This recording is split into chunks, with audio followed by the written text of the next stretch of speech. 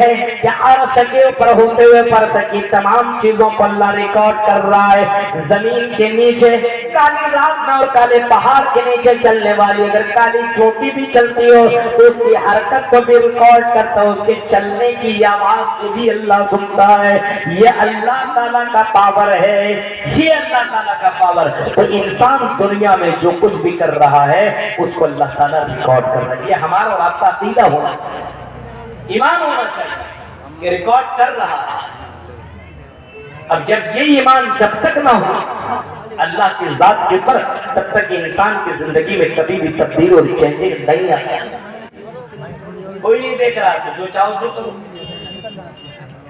یہ جب تک یہ عقیدہ نہ ہو کہ اللہ تبارک و تعالیٰ کا یہ پاور ہے اور اللہ تعالیٰ ریکارڈ کر رہا ہے, اور مرنے کے بعد اللہ تعالیٰ یہ سب کچھ ویڈیو چالو کر کے دکھاتا ہے, احساس ہونا چاہیے. یہ ریکارڈر ہے, ہماری تقریریں ریکارڈ کر رہے ہیں. ابھی ہمارے اپنے دوست عبد الرحمان سلفی جو بمبئی والے اس کے بارے میں بتا رہے تھے, غفار سلفی صاحب, ان کی تقریریں ریکارڈ ہے, وہ دنیا سے چلے گئے. آج بھی ان کی تقریر یوٹیوب کے اندر آپ دیکھ سکتے ہیں. ہم کل چلے جائیں, کل آپ ہماری تقریریں بھی دیکھ سکتے ہیں. یہ یوٹیوبر ختم ہو سکتے ہیں لیکن اللہ کا CCTV کیمرہ ختم نہیں ہو سکتا. انسان کے اندر یہ احساس ہونا چاہیے کہ ہم کچھ بھی کر رہے ہیں اللہ تعالیٰ کی نظر کے سامنے ہے, اور اللہ تبارک و تعالیٰ ہماری ہر حرکت کو نوٹ کرتا ہے. یہ معلوم ہو اور یہ بھی ذہن میں رکھو, جہاں کر رہے ہو, جس جگہ کر رہے ہو, وہ جگہ بھی گواہ بن رہی ہے, وہ زمین بھی گواہ بن رہی ہے, اور جس چیز سے تم کر رہے ہو وہ چیز بھی تیرے لیے گواہ بن رہی ہے. اس ہاتھ سے ہم غلط کام کر رہے ہیں, اسی لڑکی کو پکڑ رہے ہیں, ٹچ کر رہے ہیں, چھو رہے ہیں, مار رہے ہیں, قتل کر رہے ہیں, مرڈر کر رہے ہیں, تو یہ ہاتھ بھی کل قیامت کے دن میدان محشر میں ہمارے خلاف گواہی دے گی. اس ہاتھ کو بھی بولنا پڑے گا. جس ہاتھ سے ہم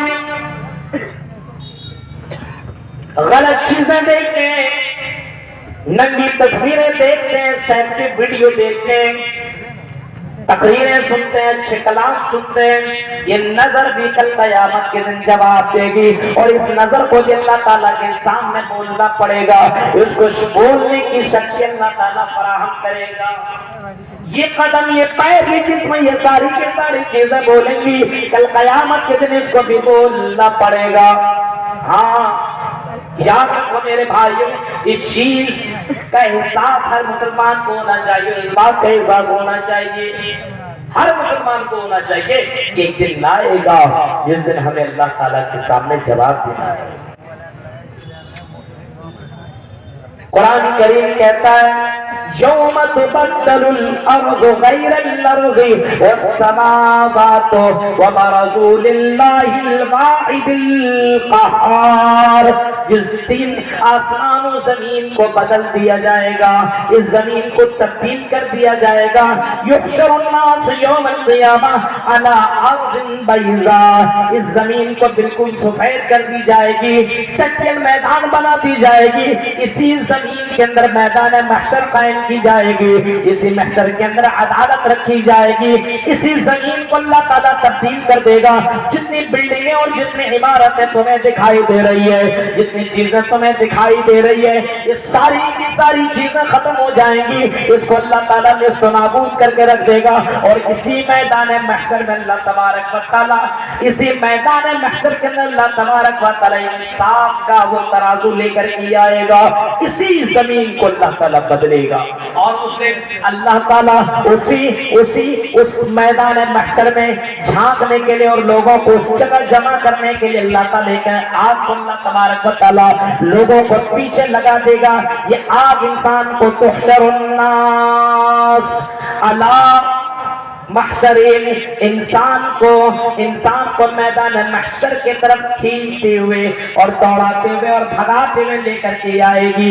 آگ اس کے پیچھے, انسانوں کے پیچھے لگا دے گی. نار آگ. اور اب اسی زمین کے اوپر عدالت قائم ہوگی. ہر کسی کو اس جگہ جمع ہونا پڑے گا. حقیقت یہ ہمیں یقین ہونا چاہیے اور ایمان ہونا چاہیے کہ مرنے کے بعد اللہ تعالیٰ کے پاس جا کر کے اپنی زندگی کا جواب دینا ہوگا.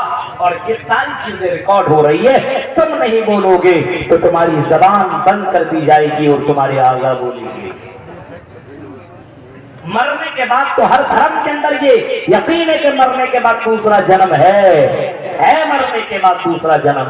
کہیں پہ تیسرا, چوتھا, پانچواں, چھٹا, ساتواں, 7 جنم بتائے گئے ہیں. آواگمن کا عقیدہ بھی کئی جگہوں کے اندر موجود ہے. مرنے کے بعد اگر کوئی غلط کرتا ہے, کسی لڑکی کے اوپر غلط نظر ڈالتا ہے, تو مرنے کے بعد اس کا جو دوسرا جنم ہوگا لڑکی کا جنم ہے. کوئی لڑکی کے اوپر غلط نظر ڈالے تو اس کو لڑکی کا جنم ہوگا. اب بتائیے, اب آپ سمجھ لو ان کے عقیدے, ان کی کتاب کے ماتحت, ان کی کتاب کے مطابق جو کوئی لڑکی کے اوپر غلط نظر ڈالے گا, اب مرنے کے بعد دوسرا جنم جب لڑکی کا ہوگا تو تیرے اوپر بھی نظر ڈالی جائے گی. عجیب مسئلہ ہے.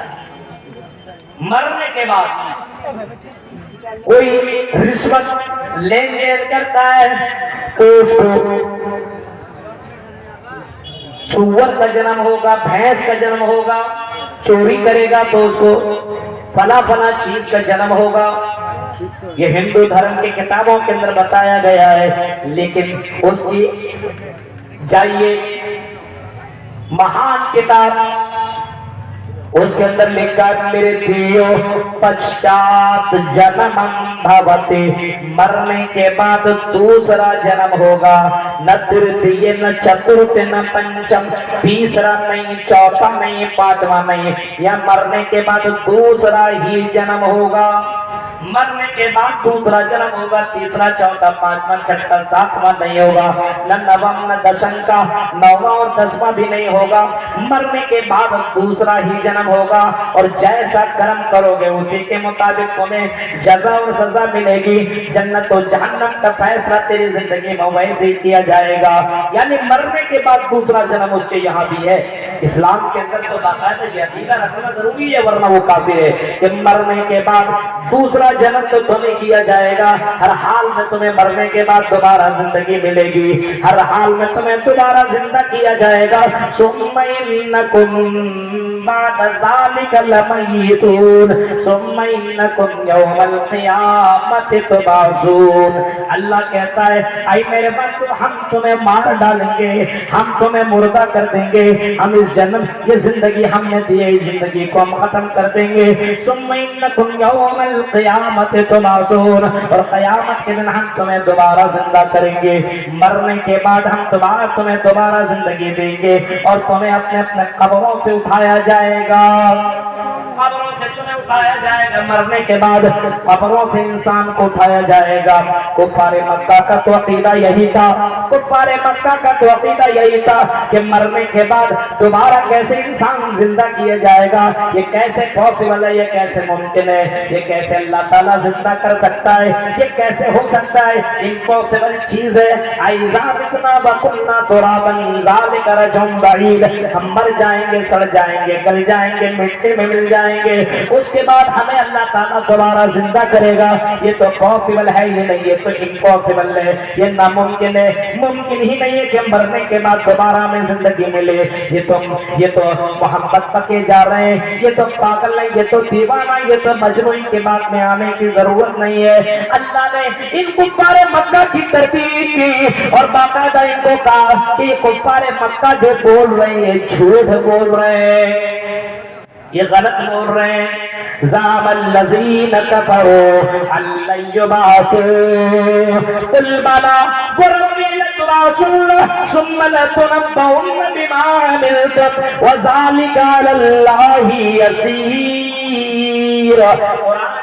کر کے کہتا ہے زعم الذین کفروا ان لن یبعثوا، یہ کفار مکہ اس بات پر یقین رکھتے ہیں، گمان کرتے ہیں کہ مرنے کے بعد ہرگز زندہ نہیں کیے جائیں گے، دوبارہ زندگی نہیں ملے گی، مرنے کے بعد جزا سزا کچھ نہیں ہے، مرنے کے بعد جنت و جہنم کچھ نہیں ہے، بس یہی زندگی ہے، اس کے بعد تو یہ زندگی نہیں ہے۔ اللہ تعالیٰ کہتا ہے اے نبی اعلان کر دو، اے نبی آپ کہہ دو قل بلا وربی لتبعثن، اے نبی آپ اعلان کر دو ضرور بضرور لتبعثن، تمہیں ضرور بضرور زندہ کیا جائے گا، دوبارہ تمہیں مرنے کے بعد تمہیں دوبارہ زندگی ملے گی اور ضرور ملے گی، اور صرف زندگی نہیں ملے گی، لتبعثن قل بلا وربی لتبعثن ثم لتنبؤن بما عملتم، صرف زندہ ہی نہیں کیا جائے گا بلکہ زندہ کرنے کے بعد تم کو تمہاری عمل کی خبر دی جائے گی، تمہارے عملوں کے بارے میں بتایا جائے گا،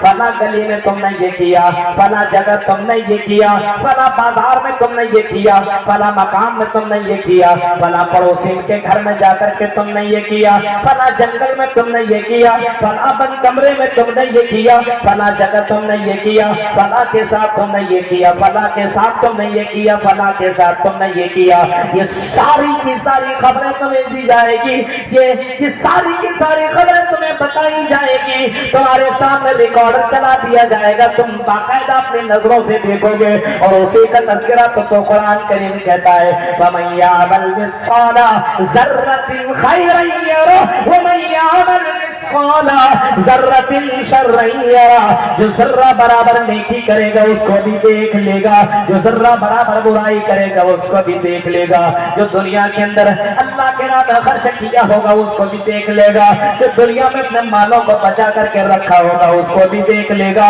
جو دنیا میں کسی کو پر ظلم کیا ہوگا اس کو بھی دیکھ لے گا، جو دنیا کے اندر زنا شراب نوشی اور جوا بازی وغیرہ کیا ہوگا تو اس کو بھی کل قیامت کے دن بندہ دیکھ لے گا۔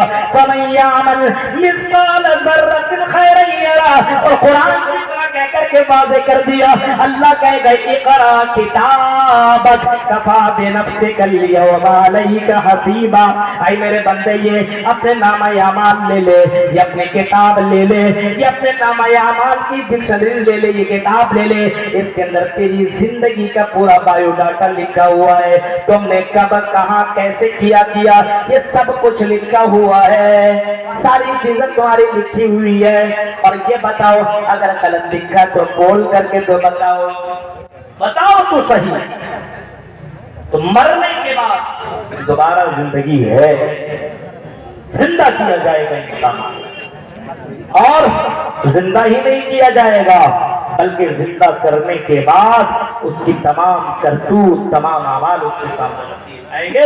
مرتیو پشچات جنمم بھاوتے نہ ترتیہ نہ چتورتے نہ پنچم، مرنے کے بعد دوسری زندگی تمہیں ملے گی، ہاں دوبارہ زندہ کیا جائے گا، تیسرا چوتھا پانچواں چھٹا ساتواں نہیں، لیکن دوسری زندگی ہر حال میں تمہیں مل کر کے رہے گی۔ یاد مسلمانوں غور کرو، اگر یہ دوسری زندگی کا اگر یقین ہو جائے تو آج شراب نوشی بند ہو جائے، آج زنا کر کے بند ہو جائے، آج غیر ملکیوں سے جو تعلقات بنے ہوئے اور ظلم کے پہاڑ توڑے جا رہے ہیں، حیوانیت کا وہ حیوانیت جیسا کام آدمی کر رہا ہے، یہ تمام کی تمام چیزوں کے اوپر لگام لگ جائیں گی، یہ تمام کی تمام چیزوں کے اوپر پابندیاں لگ جائیں گی۔ ذرا غور کرو میرے بھائیوں، اگر اس بات پہ یقین ہو کہ مرنے کے بعد دوبارہ زندگی ہے تو دنیا کے اندر آدمی کسی کے اوپر ظلم نہ کرے۔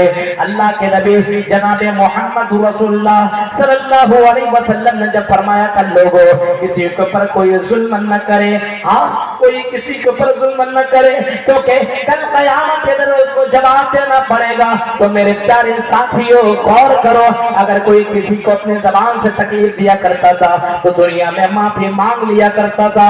آپ نے وہ واقعہ بھی سنا ہوگا، حضرت ابو ذر غفاری نے حضرت بلال کو جب کہہ دیا وہ کالے کلوٹی کی اولاد، اے کالے کلوٹی کی اولاد، یہ صرف جملہ کہنا تھا، حضرت بلال کی آنکھوں میں آنسو آ گئے اور حضرت فرار رونے لگے اور محمد رسول اللہ کی عدالت میں پہنچتے ہیں اور کہتے ہیں اے اللہ کے نبی صلی اللہ علیہ وسلم نے کالا ہوا تو کیا ہوا، لیکن کالے کلوٹی کی اولاد مجھ کو کہا جا رہا ہے اے اللہ کے نبی، کیا اللہ کی نظر میں کالا گورا دیکھا جاتا ہے؟ کیا اللہ کی نظر میں امیر غریب بھی دیکھا جاتا ہے؟ کیا اللہ کی نظر میں کوئی کالا ہے تو اس کی نظر میں بیکار ہے، کوئی گورا ہے تو اللہ کی نظر میں محبوب ہے؟ اللہ کے نبی نے حضرت ابو ذر غفاری کو بلایا اور آپ نے فرمایا اے ابو ذر غفاری، کیا تم نے آج تک زمانہ جاہلیت کے ان معاملات کو تم نے نہیں چھوڑا؟